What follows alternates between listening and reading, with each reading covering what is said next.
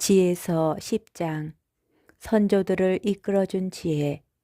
세상에서 처음으로 빚어진 조상, 홀로 창조된 그를 지혜가 보호하고 그가 지은 죄에서 구해 주었으며 그에게 만물을 통치할 힘을 주었다.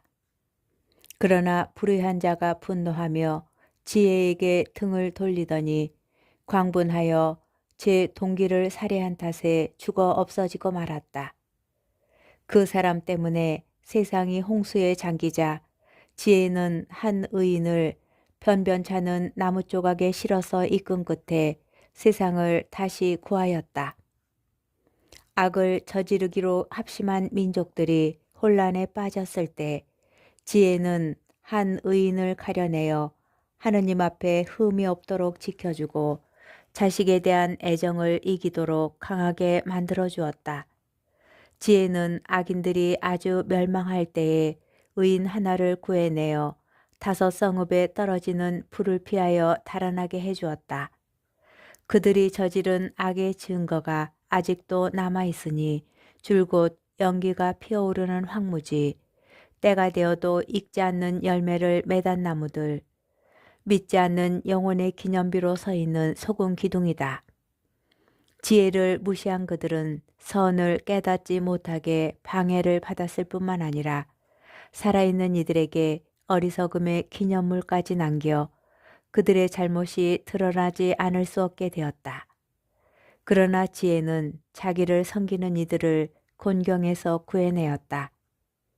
의인이 형의 분노를 피하여 달아날 때 지혜는 그를 바른 길로 이끌고 하느님의 나라를 보여주었으며 거룩한 것들을 알려주었다. 고생하는 그를 번영하게 하고 그 노고의 결실이 불어나게 하였으며 착취자들이 탐욕을 부릴 때에 그 곁에 있어주고 그를 부자로 만들어 주었다. 또 그를 원수에게서 지키고 매복한 적들에게서 보호하였으며 격렬한 싸움이 벌어졌을 때에 그에게 승리를 주어 깊은 신심이 그 무엇보다도 강함을 깨닫게 해주었다. 의인이 팔려갈 때에 지혜는 그를 버리지 않고 죄악에서 구해내었으며 또 그와 함께 구덩이로 내려가고 사슬에 묶였을 때에 그를 저버리지 않았다. 마침내는 그에게 나라의 왕홀과 그를 지배하던 자들을 다스리는 권위를 주었다. 그리고 그를 고발한 자들의 거짓을 밝히고 그에게 영원한 영광을 주었다. 이스라엘을 이집트에서 구해낸 지혜, 거룩한 백성, 흠없는 종족을 지혜는 압박자들의 나라에서 구해내었다. 지혜는 주님을 섬기는 종의 영혼 안으로 들어가 기적과 표징들을 일으키며 무서운 임금들과 맞섰다. 거룩한 이들에게 그 노고에 맞는 상급을 주고 그들을 놀라운 길로 이끌었다. 낮에는 그들에게 그늘이 되어주고 밤에는 별빛이 되어주었다. 또 그들을 홍해 너머로 데려가고 깊은 물을 가로질러 인도하였다. 그들의 원수들을 물로 뒤덮었다가 깊은 바다 밑바닥에서 위로 내던져 버렸다. 그리하여 의인들이 악인들에게서 전리품을 거두고 나서 주님 당신의 거룩한 이름을 찬송하고 자기들을 지켜주신 당신의 손을 한마음으로 찬양하였습니다. 지혜가 말 못하는 이들의 입을 열어주고 아기들의 혀가 똑똑히 말하게 해준 것입니다. 지혜서 11장. 지혜는 거룩한 예언자를 통하여 그들이 하는 일을 성공으로 이끌었습니다. 그들은 사람이 살지 않는 광야를 건너 인적 없는 곳에 천막을 쳤습니다. 그들은 적들과 맞서고 원수들을 물리쳤습니다. 목마른 그들이 당신께 간청하자 깎아지른 듯한 바위에서 물이 단단한 돌에서 목마름을 풀어주는 것이 나왔습니다. 나일강의 물과 바위에서 나온 물, 이렇게 그들의 원수에게는 징벌의 도구가 되었던 바로 그것이 곤경에 빠진 그들에게는 득이 되었습니다. 샘물처럼 끊임없이 흐르던 강물이 피와 뒤엉켜 더럽혀지니 아기들을 죽이라는 명령에 대한 벌이었습니다. 그러나 그들에게는 뜻밖에도 물을 넉넉히 주셨습니다. 그때에 그들은 목마름을 겪고 당신께서 적대자들을 어떻게 징벌하셨는지 알게 되었습니다. 자비의 징계이기는 하지만 그들은 그 시련을 받으면서 진노의 심판을 받는 악인들이 얼마나 큰 고통을 겪었는지 깨달았습니다.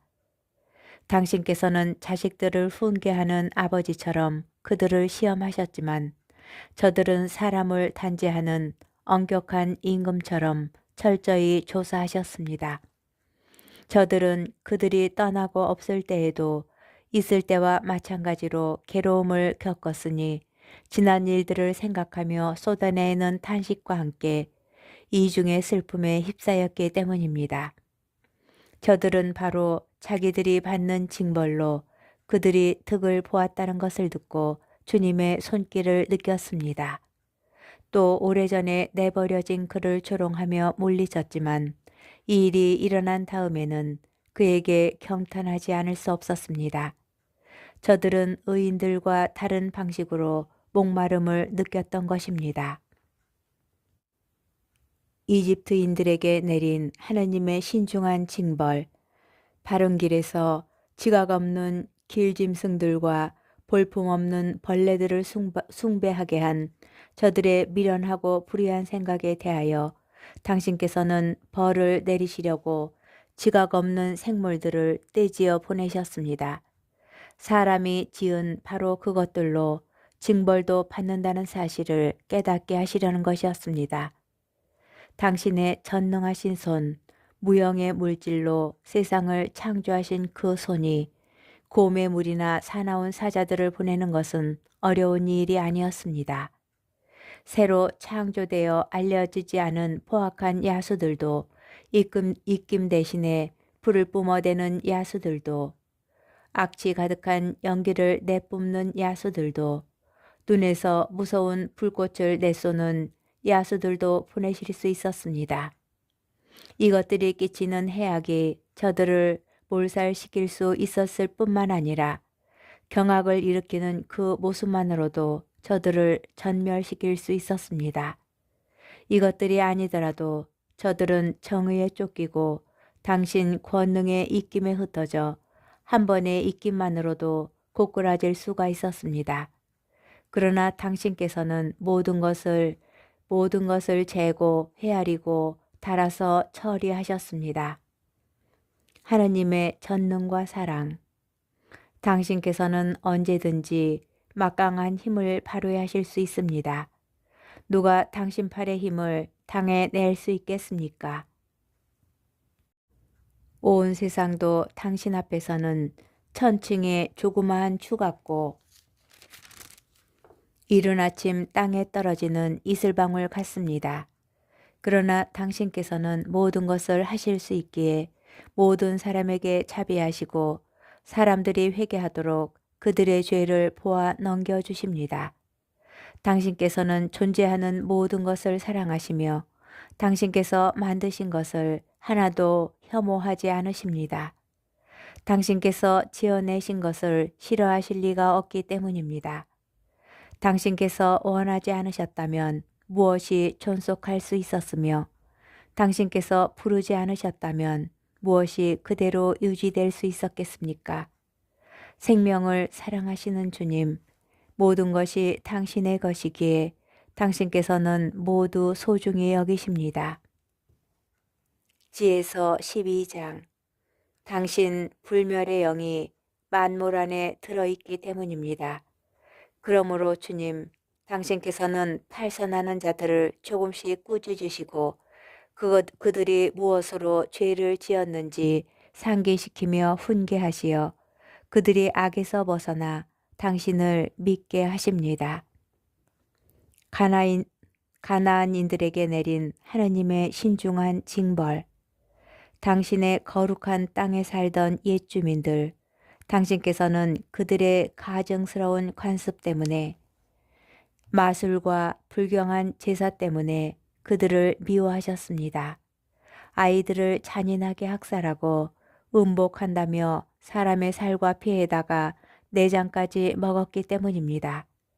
이처럼 광란의 의식이 한창 벌어질 때에 그 참가자들을, 힘없는 생명들을 살해한 그 부모들을 당신께서는 저희 조상들을 통하여 멸망시키시어 모든 땅 가운데에서 당신께 가장 값진 이 땅이 하느님의 자녀들인 훌륭한 이주민을 받게 하셨습니다. 그러나 저들도 인간이기에 당신께서는 소중히 여기시고 당신 군대의 선봉으로 말벌들을 보내시어 저들을 조금씩 멸망시키게 하셨습니다. 당신께서는 싸움터에서 저 악인들을 의인들 손에 넘기실 수도 무서운 야수나 엄중한 말씀으로 단번에 파멸시킬 수도 있었습니다. 그러나 당신께서는 조금씩 심판하시어 저들에게 회개할 기회를 주셨습니다. 물론 당신께서는 저들이 근본부터 악하고 악을 타고났으며 그들의 사고방식이 영원히 바뀌지 않는다는 것을 모르지 않으셨습니다. 사실 저들은 처음부터 저주받은 종족이었습니다. 그런데도 저들이 저지른 죄를 당신께서 용서하신 것은 누가 두려워서가 아니었습니다. 하느님의 주권은 정의의 원천. 누가 감히 왜 그렇게 하셨습니까? 하고 말할 수 있겠습니까? 누가 당신의 심판에 반대할 수 있겠습니까? 당신께서 만드신 민족들을 스스로 멸망시키신 이 일을 두고 누가 당신을 비난할 수 있겠습니까? 누가 불의한 인간들의 변호인으로 당신과 맞설 수 있겠습니까? 만물을 돌보시는 당신 말고는 하느님이 없습니다. 그러니 당신께서는 불의하게 심판하지 않으셨음을 증명하실 필요가 없습니다. 또 당신께서 징벌하신 자들을 두고 어떠한 임금이나 군주도 당신과 대결할 수 없습니다.